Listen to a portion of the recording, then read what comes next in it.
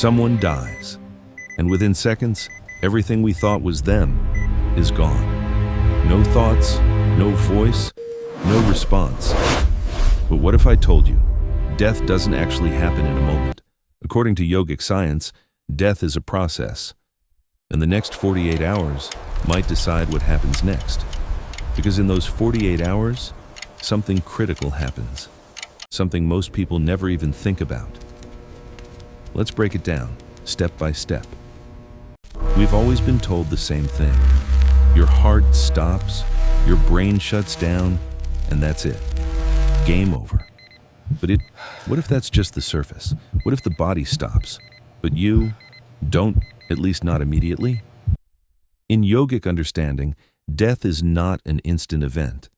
It's a gradual separation, and it happens in phases. In the first few minutes after death, the body begins to shut down. Heartbeat stops, brain activity fades, but something subtle is still present. Not the body, not the mind as we know it, but a form of residual awareness, and this is where the separation begins.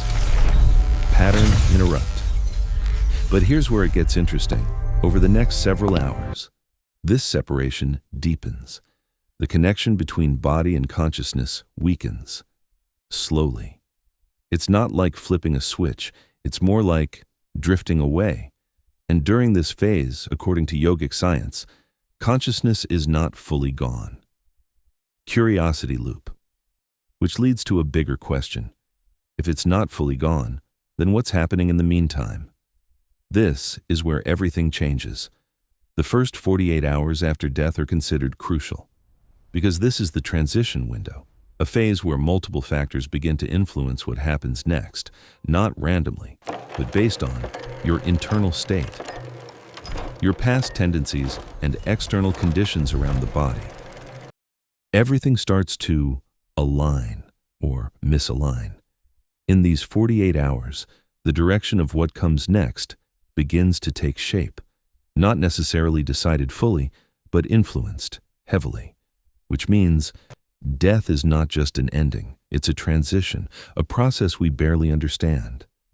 Maybe the real question isn't what happens after death, but what is happening while we're still alive that determines those final 48 hours.